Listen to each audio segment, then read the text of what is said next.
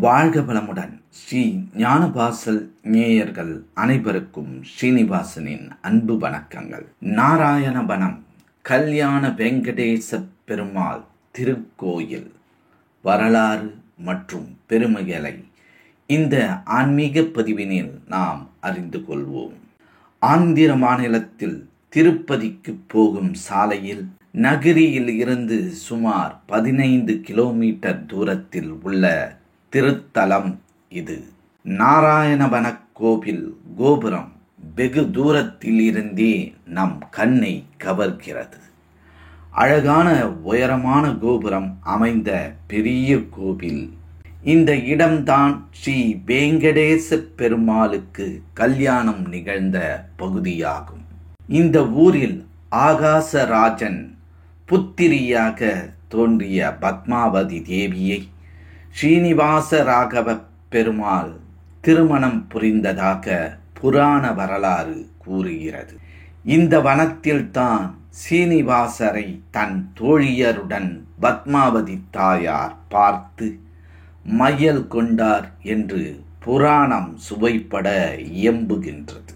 எழிலோடு கூடிய திருமேனியராக மூலவர் ஸ்ரீ வெங்கடேச பெருமாள் கல்யாண வெங்கடேஸ்வரர் நின்ற திருக்கோலத்தில் ஸ்ரீதேவி பூதேவியுடன் காட்சி அளிக்கின்றார்.